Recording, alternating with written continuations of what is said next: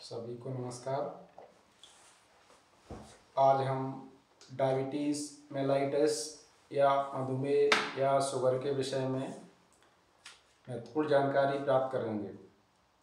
Diabetes mellitus या मधुमेह या शुगर एक ऐसी बीमारी है जिसमें व्यक्ति के सर्कुलेशन में शुगर की मात्रा बढ़ी रहती है। यहाँ शुगर से हमारा मतलब ग्लूकोज से है। शरीर में ग्लूकोज की मात्रा बढ़ी रहती है।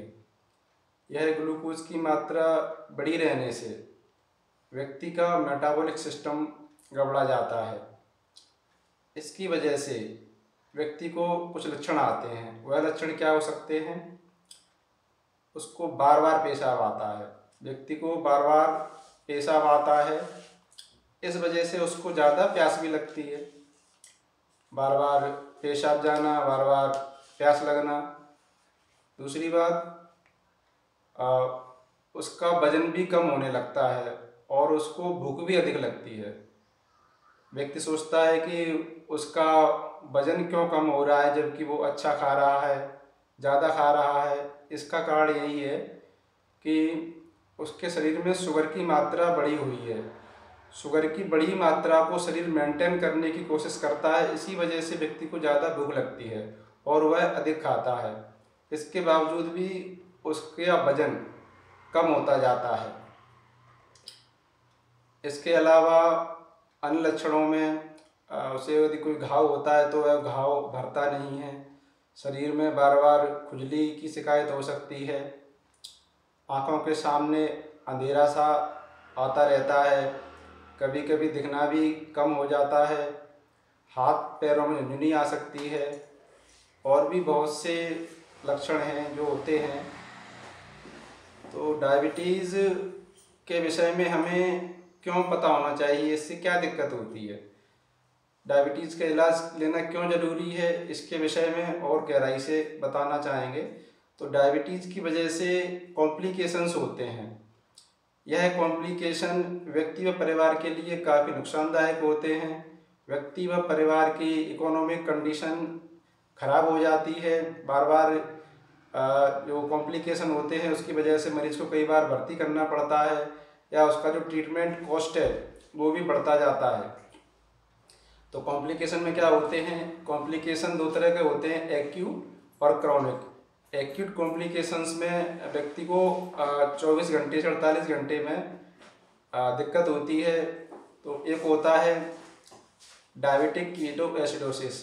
इसमें व्यक्ति के शरीर में कीटोन्स की मात्रा बढ़ जाती है। कीटोन्स की मात्रा बढ़ने से, शुगर बढ़ा रहने से व्यक्ति का स्वास्थ्य अचानक खराब होता है। उसके पेट में दर्द होने लगता है, सांस फूलने लगती है, बार बार पेशाब जाने की वजह से शरीर में काफ़ी पानी की कमी आ जाती है।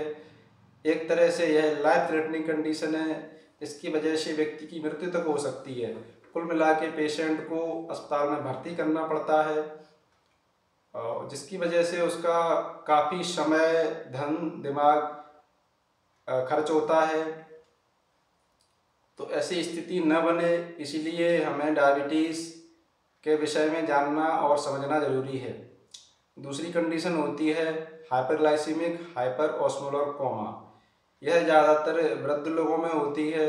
वृद्ध लोगों को सिम्टम कम आते हैं, इसकी वजह से वृद्ध लोग ज़्यादा रिस्क पे रहते हैं। वृद्ध लोगों को शुगर बढ़ी रहना मतलब इससे उनकी लाइफ एक्सपेक्टेंसी और कम हो जाती है।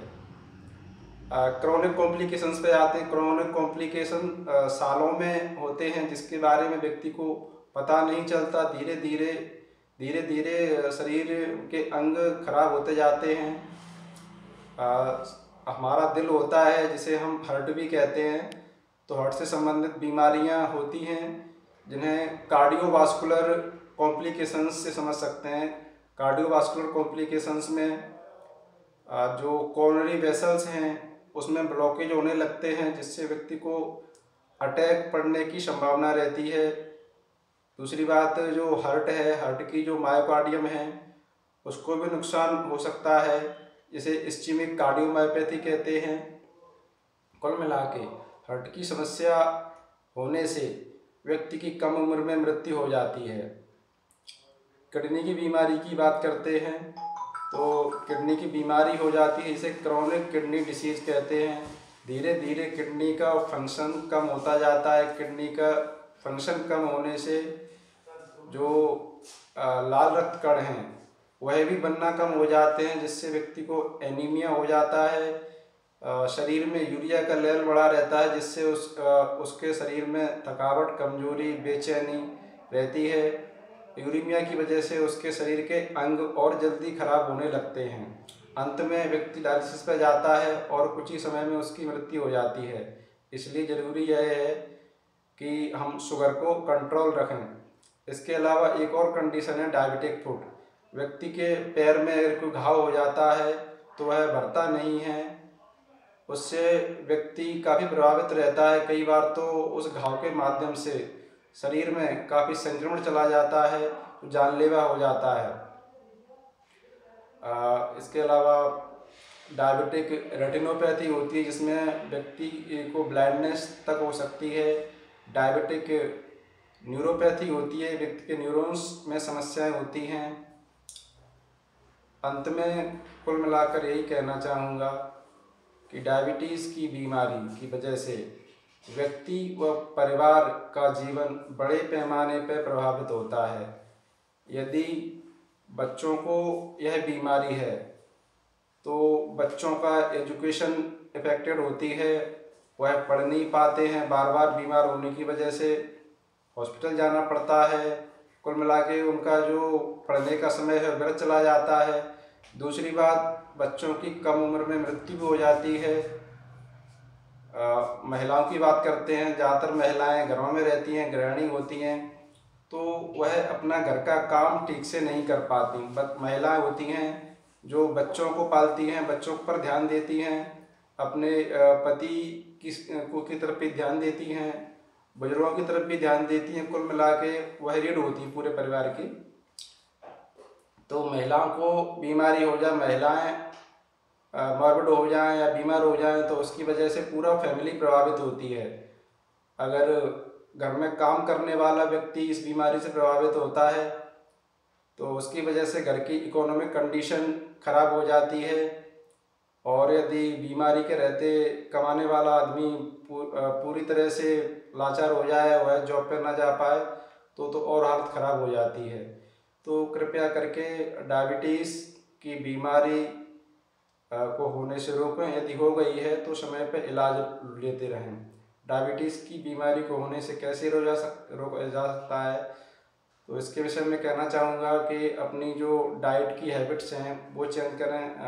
ज़्यादा मीठा खाना पीना कम करें, मीठा खाने से बचें। अगर वज़न आपका ज़्यादा है तो वज़न को बैलेंस करें, वज़न कम करें।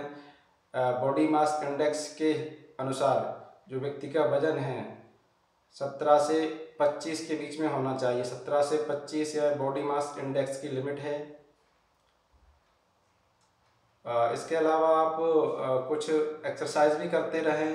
लगभग आधा घंटे की एक्सरसाइज सफिशिएंट है, जिससे आपकी बॉडी तंदुरुस्त रहेगी।